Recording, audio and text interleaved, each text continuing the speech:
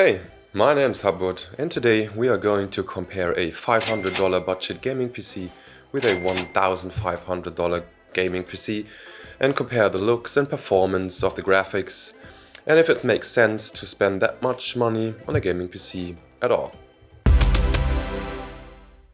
Now, this is a topic that I wanted to talk about for quite a while and I finally found the time to make this video. We are going to focus on the performance and resulting image quality of two very different PCs. If you like this content, please leave a comment, like the video or subscribe to my channel as this would help a lot. Thank you! Now let's start with a $500 budget gaming PC, which is going to use hardware equivalent to this. A 4-core Ryzen 3 or i3 CPU with a stock cooler, a GTX 1650 Super or for example an RX 570 or RX 580, a cheap entry-level motherboard, 16GB of DDR4 RAM, an entry-level PC case with a case fan, an entry-level PSU, a 256GB SSD for the OS, and a 1TB hard drive, which is the hard disk that games were tested on for the budget PC. Resulting in about $500 or euros, as both currencies are quite the same these days, in a total. Or even less if you are able to make some deals or cut some money on the CPU or the GPU or maybe the case. But please don't save on the PSU, just don't do that. And keep in mind that for this example we are buying new parts. If you go on a deal hunting for used parts with the same performance, you can probably save $100 or $200 or euros, as PCs with this configuration can be bought for around $300 to $350 these days.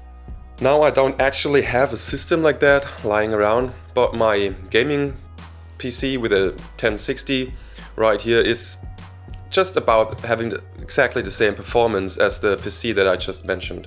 So we're going to use this instead. And by the way, don't let people tell you that something like this is not a gaming PC. If you are gaming with it and enjoying it, it's a freaking gaming PC, that's my opinion on that matter. Now for the higher end gaming system, we are pretending as if the 3070 or 3080 haven't been released as of today. To be fair, they haven't really been released if you don't count that kind of paper launch. Oh, and did you hear this one? Amphware? Yeah. Now for the faster machine we are going to use my main rig, which as of today consists of hardware like the following. An Intel Core i9 9900K or for example a Ryzen 3800 if AMD is your CPU manufacturer of choice. A Noctua DH15S or for example a Be Quiet Dark Rock 4 or similar. An RTX 2080 or RTX 2070 Super, as the 2080 is no longer available, but we could also settle for an RTX 3070 once it's available of course. A more sophisticated mainboard, 32GB or faster 3200 MHz DDR4 RAM, a more powerful Be Quiet or Corsair PSU, a more sophisticated PC case with 2 to 3 case fans, a fast 1TB NVMe SSD, which I used for the OS and maybe also some games, and another regular 1TB SSD, which is the hard drive that most games were tested on. And that's resulting in around $1,500 to $1,600. Of course this can vary as well depending on the parts you use, could be $100 or $200 cheaper or $100 or $200 more expensive. And the system doesn't have to be exactly like that. I guess you're getting the idea of the kind of performance that we are expecting. You could of course use a bit cheaper CPU and spend a few bucks more on the GPU. Now I've tested the budget gaming PC with a variety of games in Full HD, and as a guideline I tried to use settings that allowed for close to 60 FPS on single player titles and 100 or more FPS on multiplayer, assuming that we were using a regular 60Hz monitor for such a system. As for the higher end gaming PC, I was testing most games in 1920 by 1080 and 2560 by 4040, also known as WQHD, with different settings, assuming that we are using an adaptive Sync 144Hz gaming display for a system with that kind of performance. By the way, if you are unfamiliar with this graph over here, let me quickly explain what it means. This is the so-called frame time graph, and without going into detail, it indicates if a game runs smoothly despite the FPS that are displayed. So what you want is a very flat frame time graph. Having many spikes means that the PC probably can't deliver a very smooth gameplay, and there are micro stutters and freezes here and there, even if your FPS are very high. This often happens when there is too little RAM or if the CPU is bottlenecking. So the first game we are looking in today is The Witcher 3, as it's really running well on entry-level hardware these days, while still looking really great as well. Now for the entry-level PC I was choosing the high preset without hairworks and limiting the FPS to get smoother frame times and less stuttering, as The Witcher still has some issues with 4-core CPUs. As you can see, due to the FPS limit, the GPU is only utilized around 80% most of the time, leaving some headroom. But as we are using a 60Hz monitor, more than FPS doesn't make much, or according to some, not any sense in a third-person single-player title. You could probably even further raise the settings a bit and still stay close to that 60 FPS limit. Now with absolute maxed out ultra settings, no hairworks though, on 1080p the high-end machine is delivering around 120 to 160 FPS. Oh, in case you are wondering, I undervolted the GPU and undervolted and underclocked the i9 9900K cause I just like saving some energy. Yeah, I've said it. Now the difference between ultra and high settings is really small, and as 60 FPS are absolutely enough for The Witcher 3, I would say that the budget gaming PC is absolutely sufficient in this 1920 by 1080 example. Choosing WQHD and ultra settings on the faster PC resulted in around 80 to 120 FPS and clearer textures and sharper edges. But of course you can't see the difference if you're watching this on your phone. If you can, compare it on a WQHD or 4K display to really see the difference. But keep in mind that the much faster CPU on the high-end PC helps avoid stuttering, frame drops, and it allows for an overall smoother experience even in the game's bigger cities. The second game tested was Kingdome Deliverance, which offers an awesome forest quality. Now on the high preset on the cheaper PC I was getting 50 to 60 FPS, also limiting the FPS at 60 again, leaving some headroom in some areas, but the game looks great and the difference to ultra settings or the ultra high settings on my gaming rig weren't that big, actually. On ultra settings and WQHD the game looks again a bit sharper on the high-end machine, but the FPS almost dropped below 60 sometimes. Then again, the game warns you that the ultra preset is kind of experimental only. Again, you won't almost see a difference between both systems on a smaller 60Hz screen. The budget PC allows for an absolute satisfying gaming experience in my opinion. The next game I tested was the pretty demanding Red Dead Redemption 2. I was getting absolutely playable FPS on medium settings on the budget PC, but the CPU is clearly becoming a bottleneck here, resulting in suboptimal frame times, especially in Saint-Denis, or also on very low settings, which caused the CPU to become even more of a bottleneck, even in the countryside, as you can see in this example. Turning up the graphics to medium reduces the FPS by around 10, but it also puts more load on the GPU, which means the frame times are stabilized. The game actually runs smoother and looks a lot better. Now if we compare those medium settings with the high settings mix that I would use for my high-end system, the budget system actually looks pretty good. Sure, everything looks a bit better on the higher end system, we get more FPS despite the high resolution, sharper edges, etc. But the game is absolutely still looking great on the $500 PC and it's absolutely enjoyable. And please note that I just used a quick medium preset for the budget PC. If you do some optimization you could actually improve that. And I absolutely recommend you to watch the extended settings guide by Hardware Unboxed. Leaving the Wild West and entering a racetrack, I've tested Forza Horizon 4. And the budget PC is absolutely capable of playing this game on ultra settings with an average of over 70 FPS.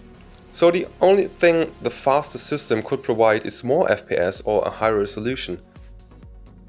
I've also tested the absolute maximum possible settings on the faster PC, but I wasn't seeing improvements that would justify losing 30 FPS for that matter.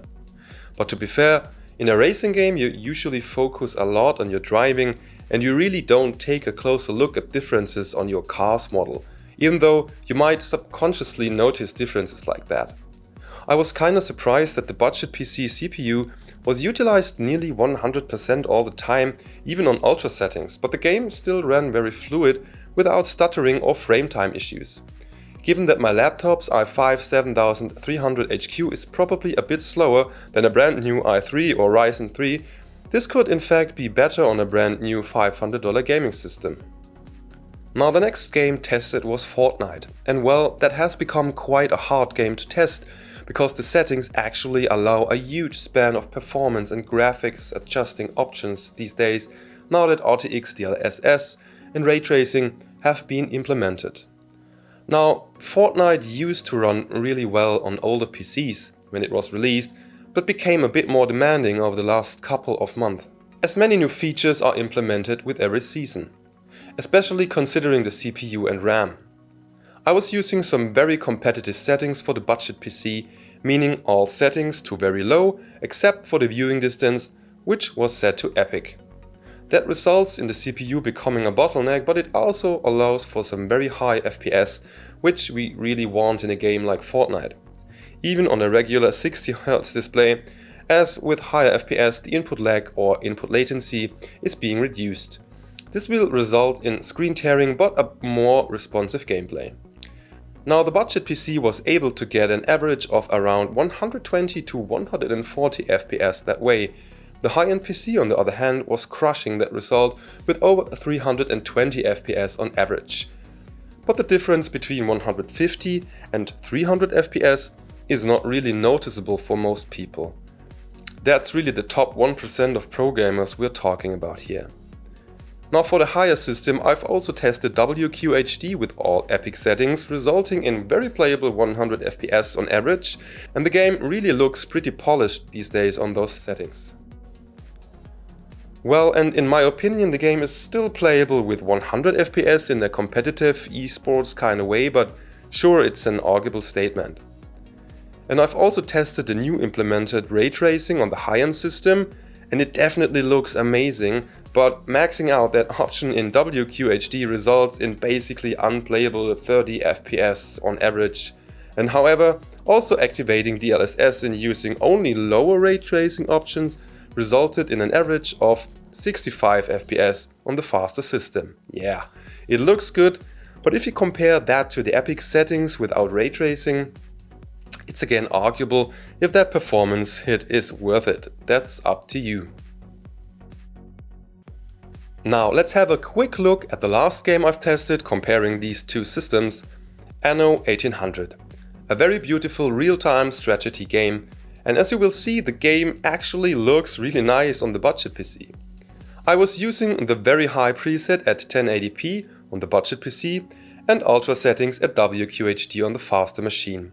But despite the high resolution, the difference was pretty subtle in my opinion. Of course, the high-end machine was delivering more FPS, and despite having a higher resolution and slightly better graphics, but Anno 1800 is absolutely playable with anything above 25 to 30 FPS. And I would definitely set an FPS limit of 60 on any system for this game to save energy, as more FPS won't be noticeable in a game like this. Now as a conclusion, first of all, I have to point out that the more expensive system costs around 3 times as much as the cheaper one and provides 2 to 2.5 times the performance, which is actually scaling pretty well, because I remember times when you paid double and what you got was like 30% more, so that's pretty alright these days, I would say. Especially considering that in my higher-end system I used more money on a case, 2 more expensive hard drives and a better aftermarket CPU fan. You could save on that if you want. And that makes actually for kind of a good value if you compare it to a super value system with a RX 570 or the GTX 1650 Super. Now in fact, in some cases on a smaller 60Hz screen, you probably wouldn't notice much difference at all between those two systems. Which is what I noticed in editing this video, because in Adobe Premiere you often have smaller preview windows and I couldn't tell which was which sometimes. I mean, if you're okay with not always using super ultra settings, and if you don't plan on buying a 144Hz screen or a QHD monitor, you're probably going to be fine with a $500 budget gaming PC.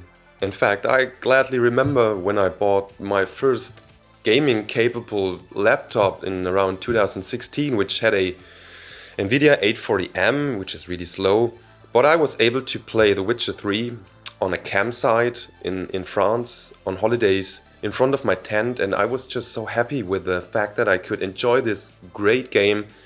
Even though it was only in 720p low settings, it didn't stop me from having so much fun enjoying my favorite game in such a weird environment. And this is when I started to value slower and budget hardware a lot, because they still can give you a great time. Well, I hope you enjoyed today's topic and learned something for your gamer career. If you got any questions about your system or which hardware to buy, please ask them in the comments. I'll try to answer as much as I can, as always. Now, that's all for today. Like and subscribe, my friends. Like and subscribe. Thanks for watching. See you next time. Bye bye and tschüss.